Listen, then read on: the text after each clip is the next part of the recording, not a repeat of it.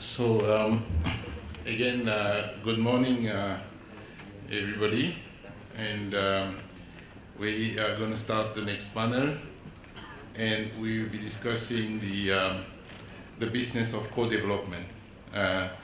So I have a few questions that I'll be asking the panelists, but before I get started on the questions, let me just first thank again Africa Investors for organizing this conference on project development. It's a very important activity for IFC and indeed for the infrastructure development in Africa. Again, my name is Alain Ebobisse. I'm the global head for IFC InfraVentures. IFC InfraVentures is a project development fund that was set up by IFC a few years ago, operating globally with a strong focus on Sub-Saharan Africa and also South Asia. We have about 32 projects under development globally, actively, and in Sub-Saharan Africa we have about 9 projects under development where we signed joint development agreements with co-developers and trying to move those projects forward. Again, at IFC, we have a committed portfolio of investment in the infrastructure space globally of about $15 billion, 1.5. Sub-Saharan Africa represents about 20% of that portfolio of committed investment, so we are close to $3 billion of portfolio committed investment in infrastructure. Now, the good news is that we've seen at IFC a substantial increase in the annual investment commitment in infrastructure in Sub-Saharan Africa.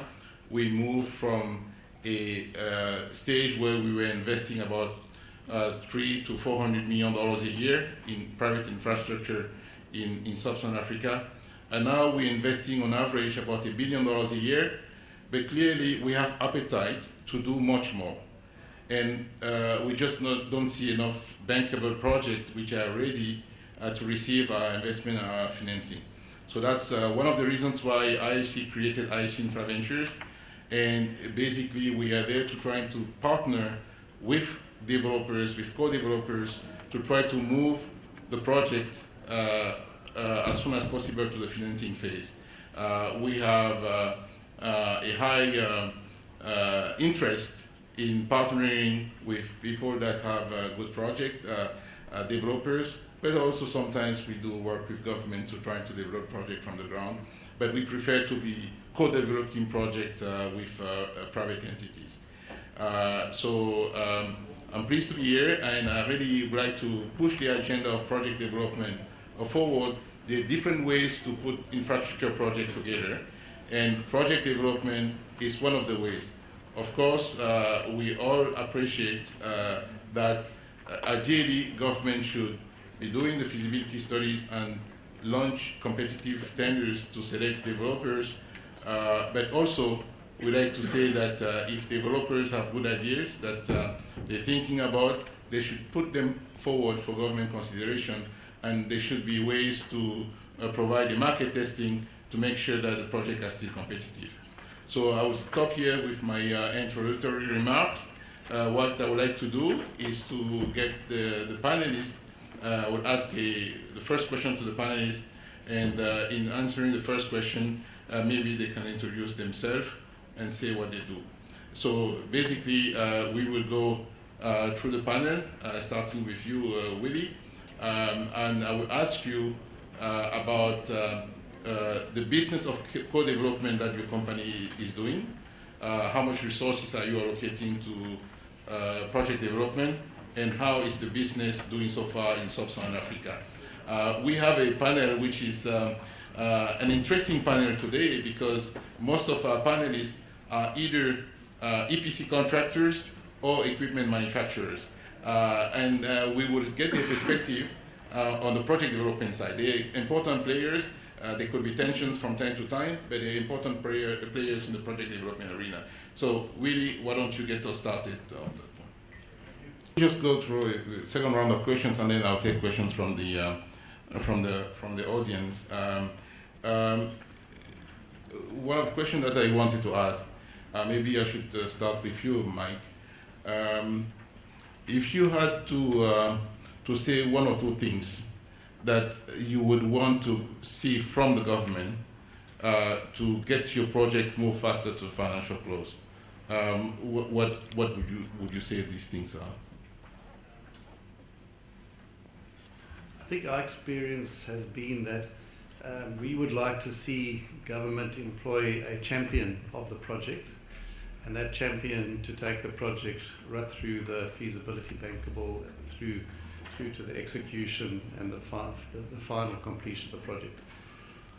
Because that to us then would indicate the commitment, and that person would carry on driving the commitment of the government just to stay in touch, because the government's wax and wanes and they lose focus. But if we have a champion and a really competent person, somebody with the right personality, the right relationships, that person would be the key. And that would give us a lot of confidence right in the early stage to put more equity and risk money into the thing, and because we would have the confidence that the job would be seen through.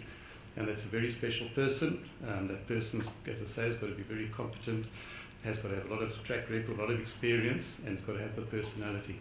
And to be able to coordinate a team and make and really drive the challenges, because as you go along with these projects, even before execution or during execution, they're just continual challenges, and it takes a special person to be able to overcome and help the team overcome, so that you start working as a team and not a them and us and blaming people for where these challenges lie and who's responsible, but to be collective and drive the team. So that is my suggestion.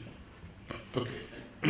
Thank you, Mike. Let me go to maybe Gilberto now. Gilberto, you mentioned that you have a number of projects under development, including one project that somehow has a lot of challenges to achieve financial close. Can you basically give us a sense of some of the challenges that you're facing, and how what can you do, or what can people here do to help make this project happen? Thank you. Well, I mentioned the one in Cameroon for Sundance. It's a well-known project. It has to be built a port and a railway line. It's a $3.5 billion project. Is to move iron ore from a mine to the shore and to ship the iron ore to China.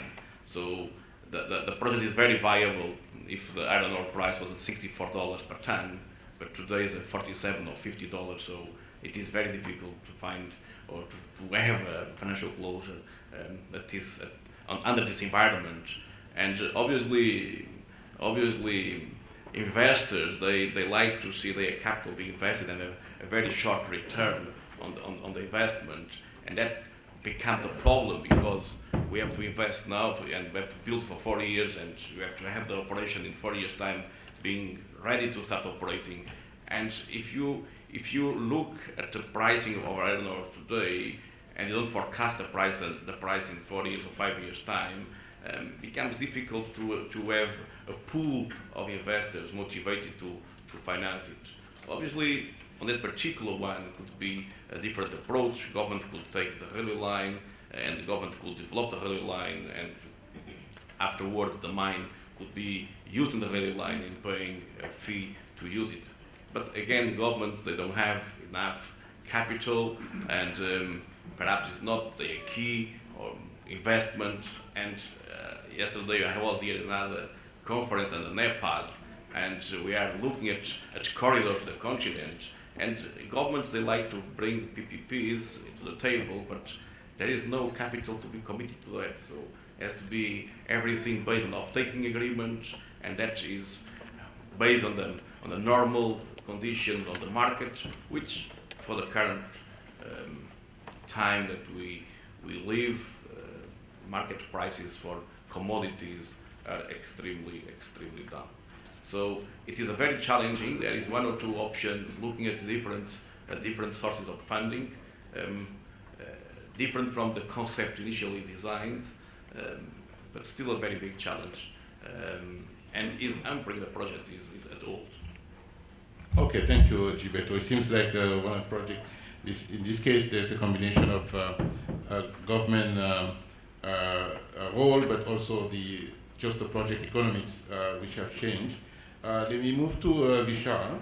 And Vishal, I'd like you to provide some perspective that may be controversial, but maybe also be seen in the positive way, that you as an equipment manufacturer, when you get involved in developing projects, spending money to develop projects, you're obviously doing that because you also want to sell your equipment to the project. How do you ensure that while you're doing that, that the overall project actually still makes sense from the economics, and how do you reassure the stakeholders that it's still going to be a very competitive project? The only correction I'd make to that is the only reason we do this is to sell equipment. So the only reason we'll do this is to sell equipment, not as an appendage. And I'm not being facetious about it. I think that if you look at EPCs and equipment suppliers like us, we'd much rather just provide our services into these projects. Why are we doing this? We're doing this to enable these projects to take it over the finish line. We're not flying in and flying out. We have people on the ground, manufacturing on the ground. We're creating and investing in local economies. And it is our turbines and our equipment that's going to be there long after developers have come and gone. And to make sure that we're there and committed and see these projects through is key to us. Now, I heard one of your colleagues in the earlier session express some amount of dismay to be associated with competition. We, as equipment suppliers, live in an extremely competitive market. So competition is not something that is new to us. If you're talking about independence, we're not pretending, guys, to be independent. Right? We're doing this because we're selling equipment. So yes, we're competitive. Talk to our equipment guys, make sure the economics work. And then if you need development support, intellectual capital, development capital, equity capital, and in some ways, the might of a company like GE, the advocacy, getting exits from around the world to line up, getting our banking guys to drive deals, getting the highest level of political will in countries around the world to support a project, then we're your partner. We're a reluctant developer on a bad day, a co-developer on a good day, and a lead developer on no day. And we don't pretend, guys. So we're willing to be the lead developer in intellectual capital and development capital, disproportionate to our partners during the development phase. But at financial close, we're happy to be minority because we're selling equipment. So the guys that actually want to sell money into the project, the IFCs of this world, the PE guys, the developers of the world, we're more than happy for you to take the majority in the boardroom, right? But that's where it starts and stops. I think the narrative in my mind must be focused on getting the projects done, not be focused on, are you an equipment supplier? Are you competitive? Are you not? Because I can't remember how many projects we closed last year as sort of a region. I can't count them on one hand. So I think the narrative really needs to be focused on how do we get this done? And can we all play an enabling role to get it done?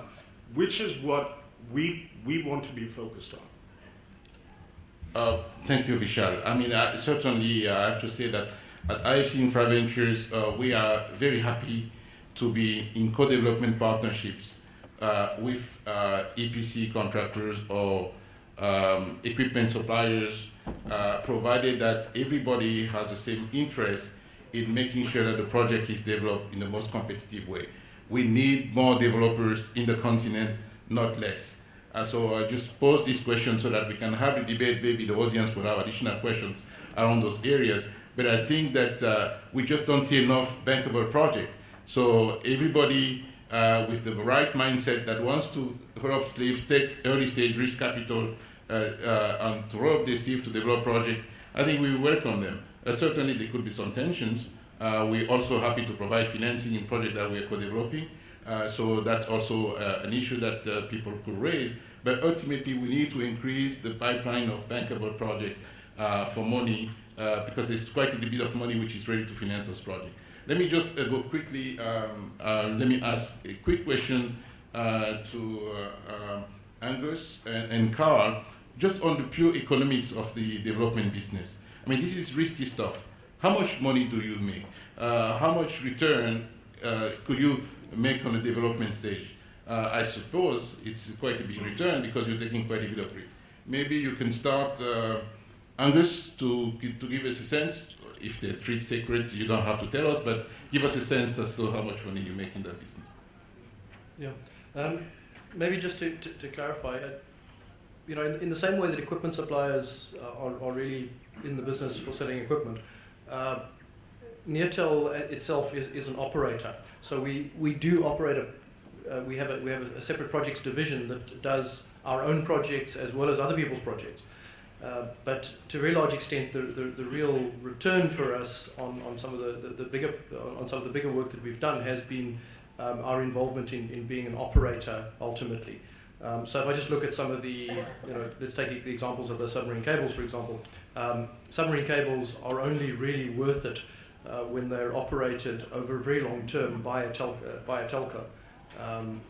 The examples of individual investors investing in submarine cable and trying to get return purely on the submarine cable. So in other words, build the cable and then sell the capacity to somebody else does not have a very good history globally. The best return on submarine cables is when those assets end up in the hands of telcos that do all kinds of other things with them in the future. That said, I think I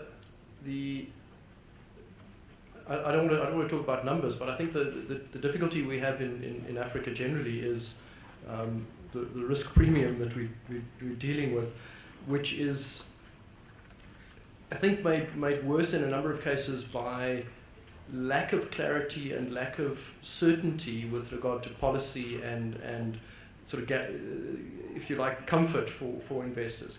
Again, I'm just going to look at the example of when we've got involved in the two big submarine cables around the continent, on WAX and Easy on the east and west coast.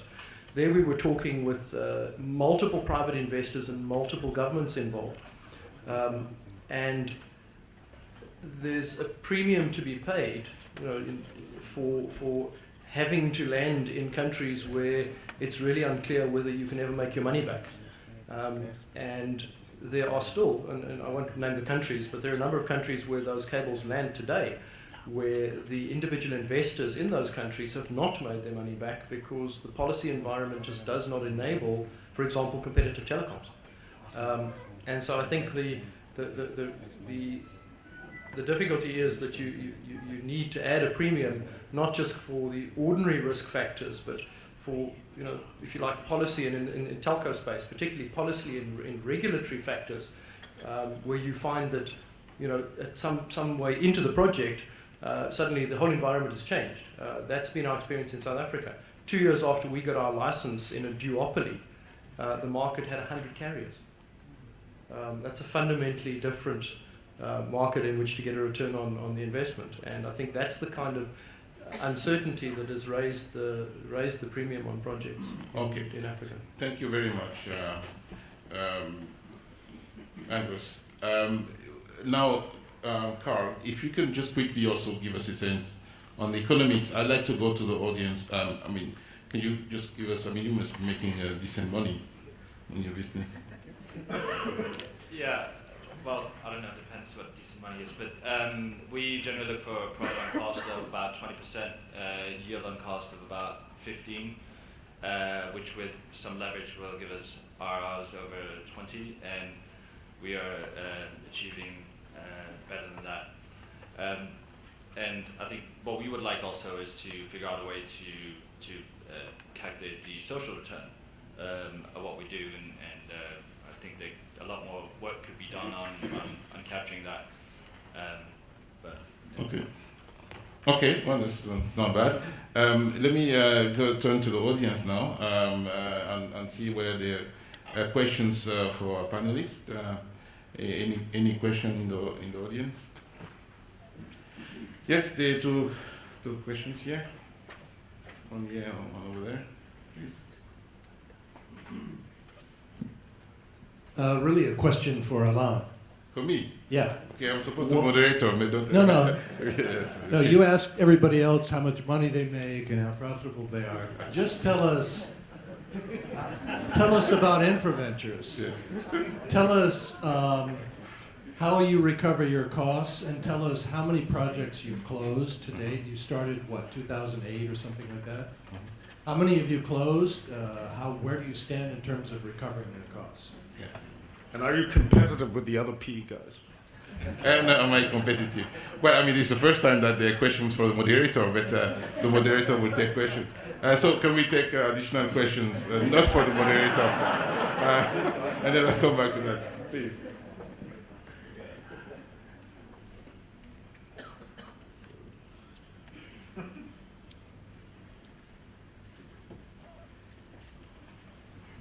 Good morning. My name is Gert van Zyl. I'm head of a private company in South Africa who are quite involved in the development space.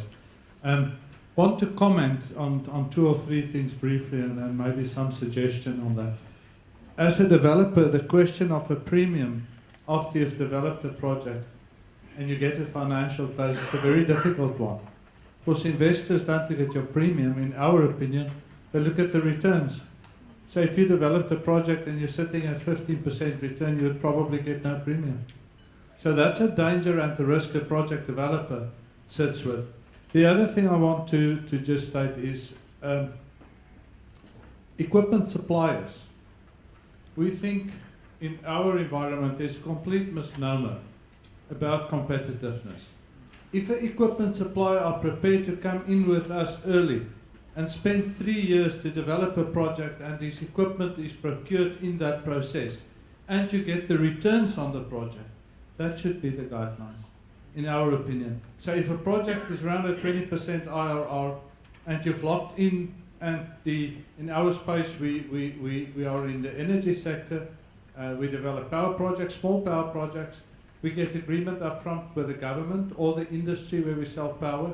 We get an agreement up front what is the hurdle rate of IRR and what our returns would be in that, and what would be the tariff. And if we fit in with an equipment supplier selected up front, so be it. At least we get the project closed, and the tariff is acceptable, and the return is acceptable, rather than working 2-3 years and then go and get quotes in the market. Just a small comment. Okay, thank you very much. I think there was some other question on that side. Please. Hi, I'm Steve Winter from Solar Reserve. Actually, just to follow on with the previous question, and probably with a different slant, actually. And this again is to the construction companies and official as an equipment supplier. As a co-developer, I would say there's inherent fiduciary duty on the part of the project, so looking internally, to actually get a market-related and the best, be it equipment or EPC contract for the project from an internal perspective. And so, with that in mind, I fully appreciate that if you're coming on early in terms of development, you obtain certain rights in that respect. But surely there's a market test, there's a recusal of third-party negotiations and contracts, the Chinese walls between the development team and the equipment supplier or in fact the EPC. Because somewhere within the project, your co-developers certainly are also hammering away to try and get the best deal they can. Okay, so thank you. Let's go through that first series of questions. I will start with the question that was addressed to me. So InfraVentures, we've signed 36 joint development agreements on infrastructure project globally. We have today, as of today, about 21 projects which are still active under development. So there's already quite a few projects that we know will not go through. We've lost money on those projects, but that's okay. And we have closed today a couple of projects that we've brought to financial close, including a fairly sizable project that we closed in Georgia with our partners here from Tata Power of India, that we started developing the project and we brought them in and we took the project to financial close, and the project is under construction. This is a 185 megawatt project, hydro project under development. And then in Sub-Saharan Africa, we have closed an IPP in Senegal that we co-developed with a Lebanese sponsor called Millet Power Gen, which is owned by Matelec Group. We are fairly close to delivering another couple of projects which are fairly close to financial close, so to speak. And we're working on one of these projects. It was initially developed by an equipment manufacturer. And hopefully, I'm telling my colleagues that I like to see financial close fairly soon. They're telling me that maybe we are 2, 3, maximum 4 months away from financial close. And we have a few others which are close to getting there. The development business is challenging, but I think it's also very important that a number of parties are willing to roll up their sleeve and actually invest in that segment of the market. Now, let me turn to my colleagues from EPC Contractors and equipment suppliers to provide further comments after what we've heard about the questions on the EPC and equipment supplier getting involved in project development. Mike, you want to get us started, and then Michelle maybe. Thanks. As an EPC contractor, we would, there's a huge amount of criteria you have to tick off, the list of items that you want to tick off to make sure you want to carry on with the project in the first place and start investing in all this risk capital we've been talking about. And one of those would be obviously the equipment supplier. So if we weren't convinced that we would be getting the best supplier price out of the supplier, we wouldn't want them in the team.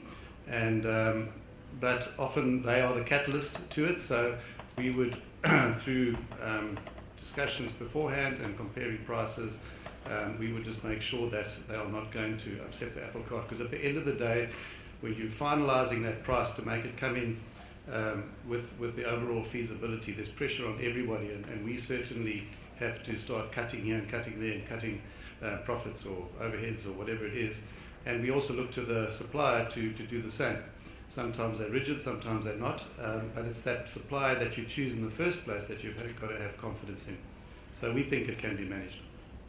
Okay, Vishal, you want to make one comment on that, or you want to? No, to the right of the room, I thank you. To the left of the room, I agree.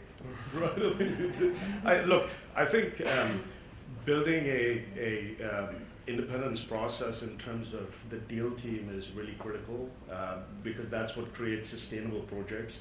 It's not enough to take a project to financial close. Bad things happen between financial close and COD date. We all know that. There's no point in constructing something in a forced manner that doesn't make sense economically, because inevitably there's a haircut waiting for you between financial close and COD. I think we all know that. So that's really important to us. The development part of the organization, such as the one that I lead, I can't tell the difference between our F engines and our G engines. We don't make those. What we're trying to do is, we're a deal team, and our job is to be enablers, right? So it's a pure development team that's there to essentially make deals happen. And we're not involved in any customer service kind of agreement bits. We're not involved in any pricing dialogue. And we don't bring any value to those discussions, right? So I think, and if we, like I said, if we don't get to financial close, and more importantly COD, then we've just failed in our job. Okay, so thank you. So we're gonna have closing comments because we're running late, and so I'm gonna ask. There is a burning question, Barbara. I don't know see if we can take that one. Burning but quick. Okay, burning but quick, sir. Sorry, just a quick one, Alain. We were waiting for your hurdle rates and your return. Okay. So another question to the moderator. This is not good to be a moderator today. Our hurdle rate is basically what the market will bear. So we are co-developers. But what I want to make sure is that in the market we're taken seriously as a commercial co-developer, although we are a DFI entity. So we want to make the same money as you guys make as developer, and we're taking the same risk as you guys are taking as co-developers. So that's the, and I see my friend Sean. I told that to Sean many times, who was from Endeavor. So let me just quickly, you guys, closing statements. I'd like you in closing to really address quickly one of the questions which came up in the previous panel. One of the panelists said ideally all the infrastructure projects in Africa should be subject to a competitive bidding process. So what is your sense about that? Is it a good idea also to have sole source or unsolicited deals? In making those closing comments, can you address that question, please? Right, we would prefer the traditional tendering rate where our risk is only delivery and the price we present, and we don't have to get tied up with the risk of the developer or the project sustainability, etc.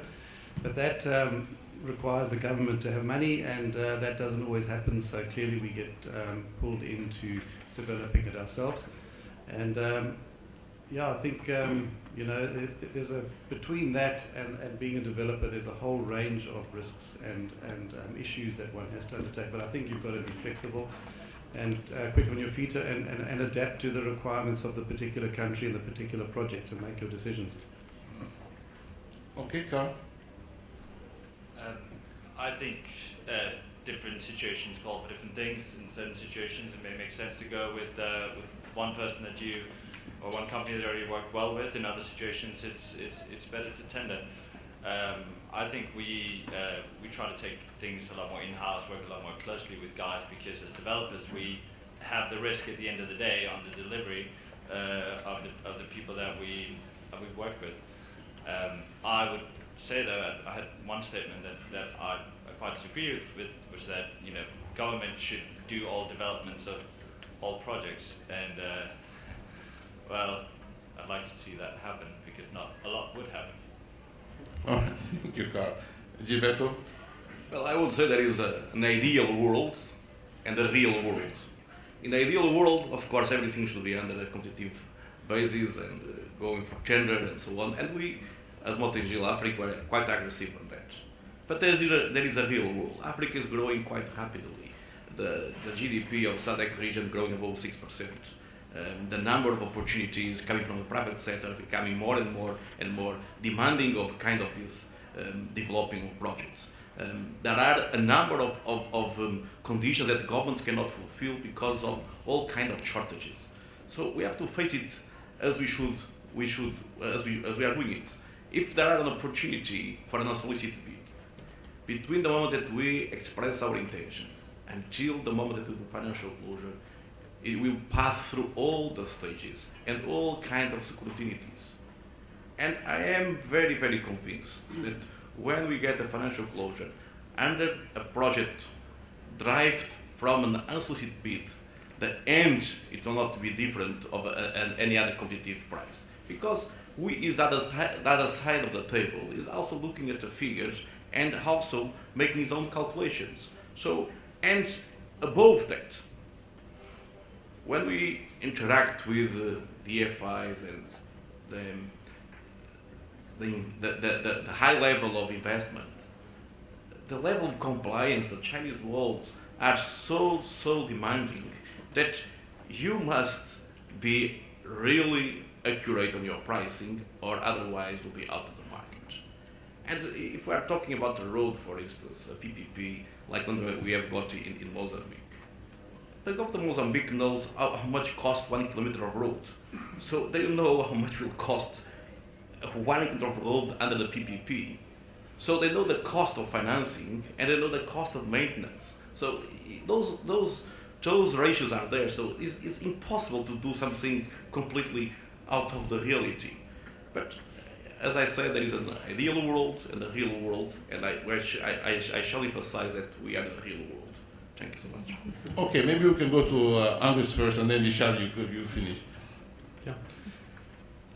In the telecoms world, I think we tend towards the open tender model where we can, but I suspect our suppliers see it differently.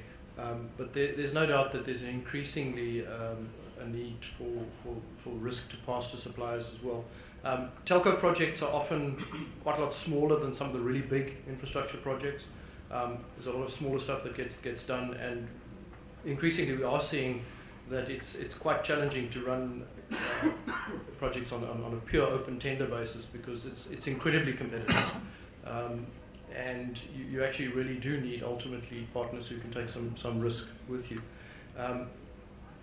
That said, I think the market right now is not where everybody would like it to be. The opportunities are not necessarily there, but I think specifically in telecoms infrastructure, I think we've passed the wave of mobile infrastructure, and I think the next wave of true broadband fiber infrastructure, etc. in Africa is coming, and I think that's where the opportunities are going to come back. All right, thank you, Andres. And Michel, would you please share your thoughts on that? I think that we should continue to focus the narrative on getting deals done, and that should be the focus. Enabling and getting deals done should be the primary narrative. Building a sustainable pipeline and building out the developer market in region is really important. So I see Sean and Alain from Endeavour sitting in the room, platforms and developers like Endeavour, local conglomerates from Transcorp to TransCentury that actually say, I want to do work in the region, become developers in the region, are really important to the future of all those economies. Every head of state that ever meets a GE senior executive says, when are you going to set up manufacturing in my country? Well, the answer is, when are we going to see some big orders, right? It's simple. So in order for us to set up substantial manufacturing in country, to create jobs and supply chains, to have developers like yourselves standing up and playing a role in that is really critical to us. And we're willing to be your partner and play a role in that. The issues around, can we sell more equipment? Are we being in some way selfish by creating a customer in you? Well, yes, of course, that's what we're doing. But we're also hopefully have aligned interest in getting these deals done, getting them over the finish line, creating more jobs, and putting manufacturing on your doorstep. Thank you, everybody, and let's give a round of applause to the panel. Doing business in Africa. You can't afford to be without Africa Investor.